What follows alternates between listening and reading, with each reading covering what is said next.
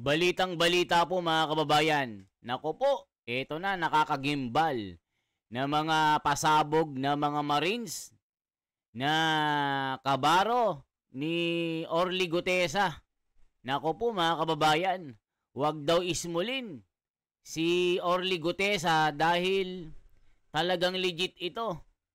Huwag nilang gagawing tanga, huwag nilang gagawing peke. 'Di ba mga kababayan, sinasabi nila na peke. So itong mga kabaro ni Orly Gutesa, pinagtatanggol nila. Nung nakaraan, natapik po natin yung isa na nagbabala kay Senador Lacson. Na sinasabi nga kasi mga kababayan, ipapakulong daw pag napatunayan na na nagsisinungaling. So sabi nung isa na si Kuya Ed na Marin na talagang napakalakas, wag daw iismulin ang Marin kasi anytime naka-ready ito sa anumang laban. Bakbakan kung bakbakan, tumbahan kung tumbahan, dadanak ang dugo, sabi ng mga kabaro ni Marines. Kaya wag nyong gagalawin, wag nyong iismulin, wag nyong gagawing peke yan. Lalaban kami ng patayan. Yun ang sinabi ni Kuya Ed na talagang Marines sa Marines. Lalaki ng mga muscle mga kababayan. So eto naman, panibagong update tayo. Viral po ito. Talagang pinag-uusapan po sa social media na ang mga Marines ay talagang may kredibilidad. Huwag gagawing tanga si Orly Gutesa dahil yan ang tunay at pinaka-credible na witness. At kilalang kilala po kasi ito mga kabaro nila talagang suportado ang kanilang kabaro. Ganon din si Kamar Coleta, si Caro Dante, suportado din ng mga Marines. Kaya handa silang ipaglaban ito ng patayan. Ito na po mga kababayan, panoorin nyo. Nakakagimbal po ito. Nakakagulat. At talagang nilindol ang social media sa kanilang mga banat dito. Ipagtatanggol nila ang katwiran at ang batas. Susunod sa direksyon ni Marcoleta. Ito po mga kababayan. Grabing mga pasabog ito. Oh, ayan. Mga kababayan, sa lahat ng nag-iisip o nag-ahanap sa ating witness sa kasalukuyang investigasyon sa flood control project dyan sa Senate hearing sa Blue Ribbon Committee. Mismong si dating congressman defensor na yung nagsalita na he is safe. Nasa pangangalaga siya ng mga kapwa namin Marines. So, sa mga nag-aalala dahil sa kaligtasan niya, ako po'y personal nagpapasalamat sa inyo, sa inyong suporta sa kanya. At sa mga nag-iisip naman dahil hindi makontak o hindi alam kung nasaan, na ang iniisip ay sinasabing nagtago na o ano pa man, huwag kayong mag-alala mga kaibigan. Lalabas at lalabas siya pag may hearing yan.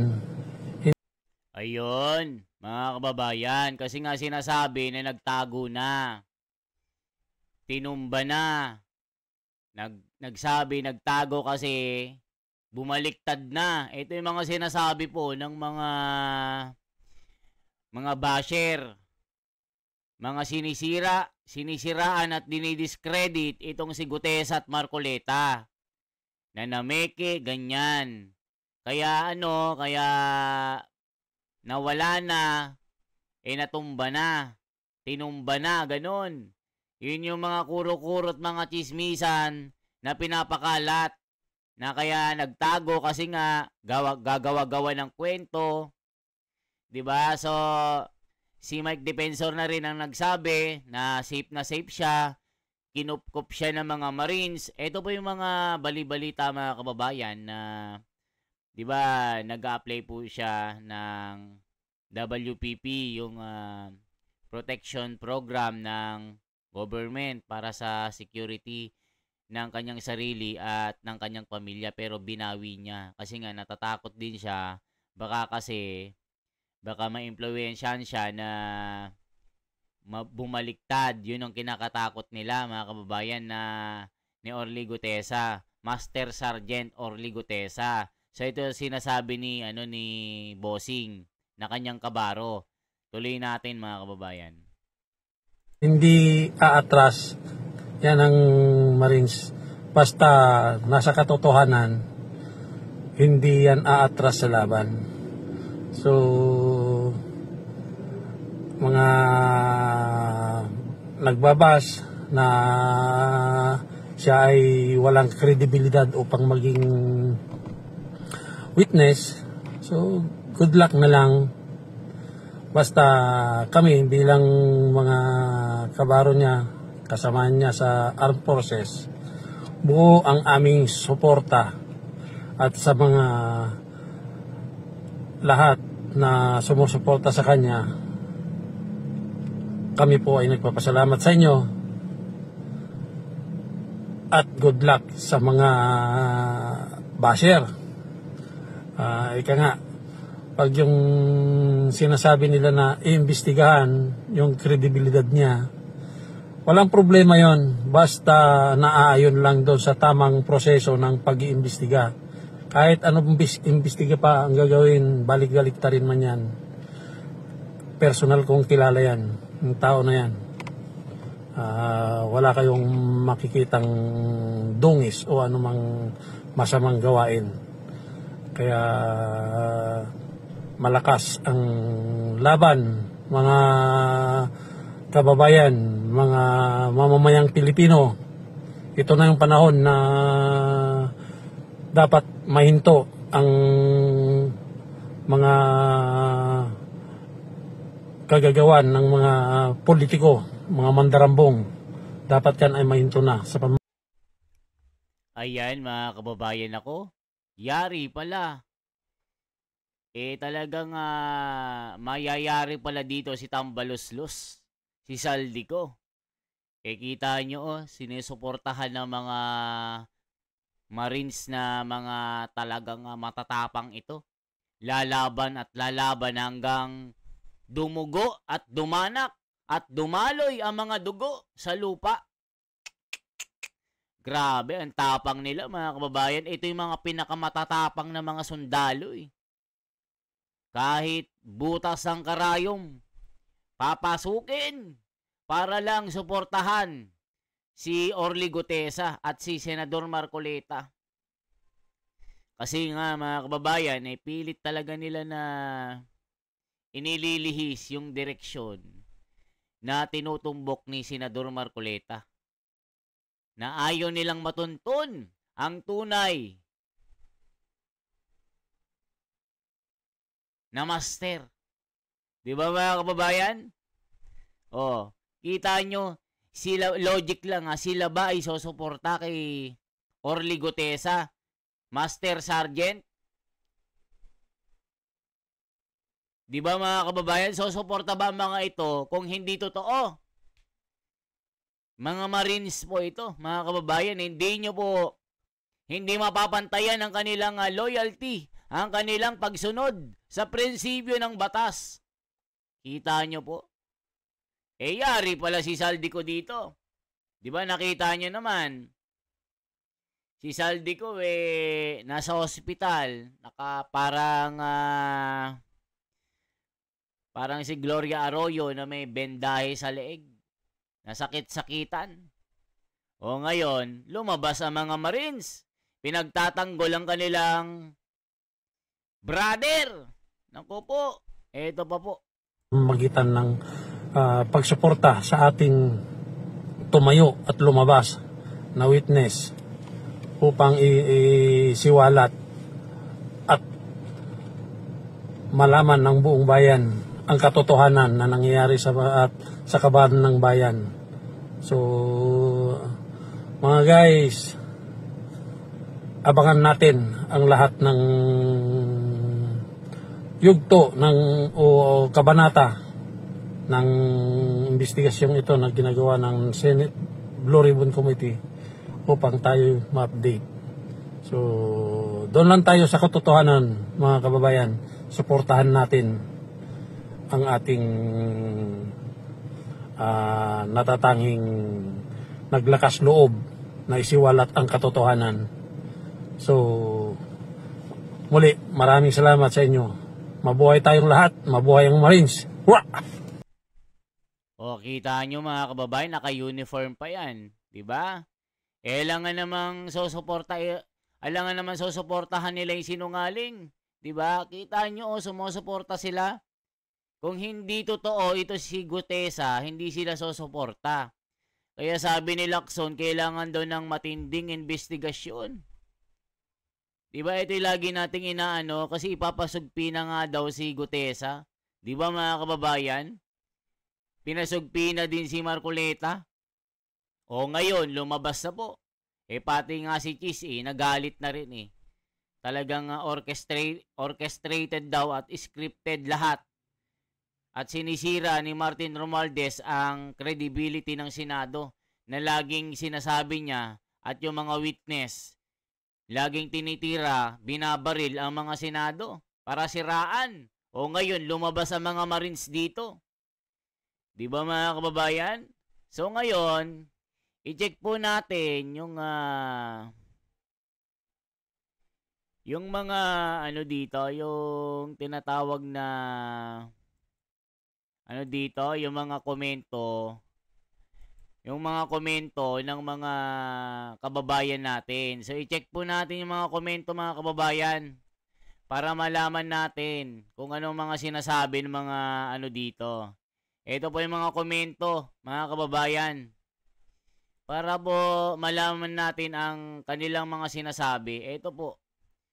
Makikita po natin dito. Ang dami ding supporter ni Orly Gutesa dito mga kababayan na talagang naniniwala sila na itong surprise witness si Senador Marcoleta ay napaka-credible sa lahat ng mga witnesses na lumabas mga kababayan. So ito po mga kababayan. Ito po ang kanilang sinasabi dito. Ito po para po malaman nyo. Ito po. Mabuhay ang Marines. Salamat sir, sabi ni Jong Tatad. God bless po kay Sergeant Orly Gutesa. Lupit na mga kababayan. Laban lamang mga kapatid. Marines above all ang tatapang nyo. Di gaya ng iba na tapalan ng pera na basura. Halak. Mabuhay kay sir.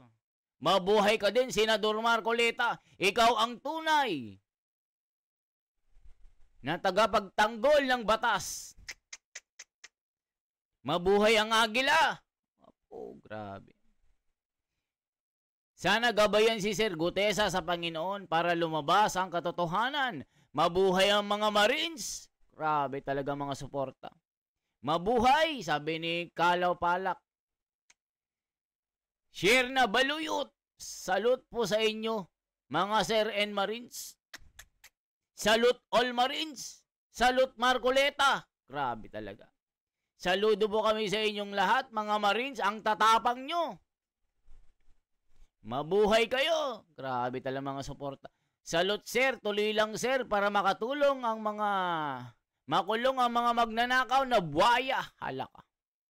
Marin daw walang bahid, dungis, pepe. May mga basher Pumayag nga sila na tagahatid ng pera ni Tambaluslos at Saldico. Trabaho yan Siyempre yung Marines na si Gutesa hindi na nakatiis, na konsensya na. Malay ba niya, di ba, na masama yun? Nung lumabas na may corruption pala, di kumanta na. Salamat po, wag niyong pabayaan pati si Marcoleta at Mayor Magalong, suportahan po na po natin lahat. Grabe, Sam Villasencio. God bless you, sir. Salamat sa Diyos. Asuncion Cruz. Grabe, grabe mga comment. Salute kami, sir. Sana ganyan lahat ng mga Armed Forces of the Philippines. God bless you all. Mga sundalo, hindi kumakampi sa mga korap. Parang Marcoleta. Antibay matapang na senador. Nakakampi ng taong bayan. Hindi gaya ng mga school bukol.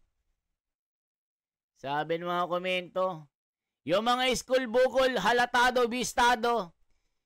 May pinagtatakpan na parang maskara, nakatago sa tunay na anyong buhaya. Hala ka. Grabe na ito. Keep safe always to all Marines. Emilia Rosales, God bless decision, sir. Good job. Ano po nangyari? Hala ka. Tuloy ang laban, brother, kakampi ang taong bayan. God bless, Albert Sagandoy. Huwag na muna siyang lumitaw o magpakita kasi masasayang lang ang isisiniwalat niya. Alang kwenta ang mga nag-iimbestiga, lalo sila Laso na Tota ng mga buhaya. Grabe, Tota pa. Tota! Grabe ang mga pasabog ng mga kababayan na mabuhay Marines. Salute sa mga sir, ingat kayo lagi. Sa korte na lang siya magkita. Nasa Senado, alam nyo, galawan ng Blue Ribbon Committee ngayon. Pinapatakbo ng mga aso. Hala ka. Thank you, God bless always po. Bill Rapada, Zero Hales. Thanks so much sa update, sir. Ingat. Dumadami mga vlogger na didilis daw. Fake news defensor pa eh. Parang kay Ador na nawanay lang yan. Alo? Alam niyo mga kababayan, pagka ang mga witness tumutukoy po sa mga malalaking buhaya, sinasabi nila fake news. Tignan nyo, di ba? Pati Marcoleta, sinisiraan. Pati asawa, dinadamay.